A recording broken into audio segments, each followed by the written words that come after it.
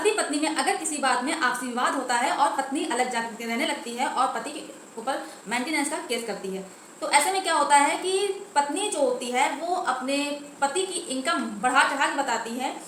इसके बाद जो मेंटेनेंस का ऑर्डर आता है वो बहुत ज़्यादा आता है, जो कि पति बहुत परेशान होता है, उसे देने बहुत ज़्यादा दिक्कत होती है, क्योंकि पत्नी ने वो जो इनकम है बहुत ज़्यादा बढ़ा चढ़ा के बोली है, जो कि पति की इनकम नहीं होती है। तो पति आखिर क्या कर सकता है, कैसे अपने मेंटेनेंस को कम कर सकता है या फिर पूरी तरह से खत्म करा सकता है? पूरी जानकारी के लिए वीडियो को पूरा लास्ट तक देखना है, बिल्कुल भी स्किप नहीं करना है, तभी आपको अच्छे से जानकारी समझ में आएगी। साथ में अब करना क्या है कि ये आपका ही चैनल है, अगर आप नए हैं, वीडियो को पहली बार देख रहे हैं तो प्लीज़ चैनल को सब्सक्राइब जरूर कर दें, साथ में बेल आइकन जरूर दबा दें, जिससे कि हम जो भी नई अपडेट डालें उसका नोटिफिकेशन आपके पास आता रहे और आप जानकारी प्राप्त करते रहें। नमस्कार दोस्तों, मैं एडवोकेट दिव्या, आपका मेरे इस यूट्यूब चैनल में स्वागत है। तो अब हम बात करने वाले हैं कि जब भी हस्बैंड और वाइफ में लड़ाई झगड़ा होता है, वाइफ अपने पति को छोड़ के कहीं और चली जाती है, तो जो सीआरपीसी की धारा है 125 उसके तहत पत्नी मेंटेनेंस का केस करती है कि मेरा भरण पोषण करने का दायित्व मेरे पति का है, तो मेरे पति के द्वारा मुझे मेंटेनेंस दिलाया जाए, जिससे कि मैं अपने आप को मेंटेन कर सकूं।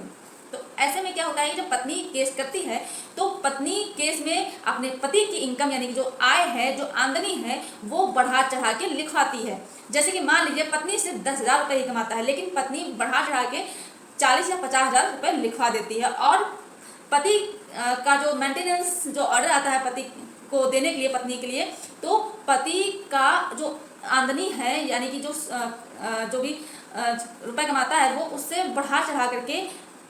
मेंटेनेंस बांध दिया जाता है, और पति को इससे बहुत ही ज़्यादा दिक्कत आती है, क्योंकि पति के साथ में उसके बूढ़े माँ बाप और जो बच्चे होते हैं वो भी निर्भर होते हैं, जिनका पति को पालन करना रहता है। तो ऐसे में पति क्या कर सकता है? तो पति जब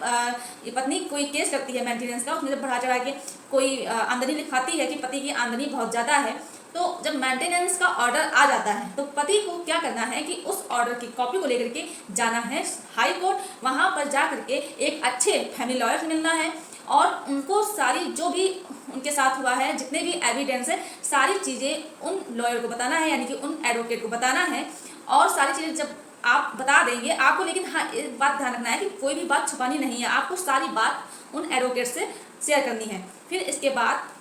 वो जो एडवोकेट होंगे वो रिवीजन पिटीशन डालेंगे, और आपको जो ऑर्डर मिला है निचली कोर्ट से यानी कि ट्रायल कोर्ट से, वहाँ पर आपको एक स्टे ऑर्डर लेना है। फिर इसके बाद क्या करना है कि जब आपका रिवीजन पिटीशन डाला जाएगा तो रिवीजन पिटीशन चलेगा आपका। फिर इसके बाद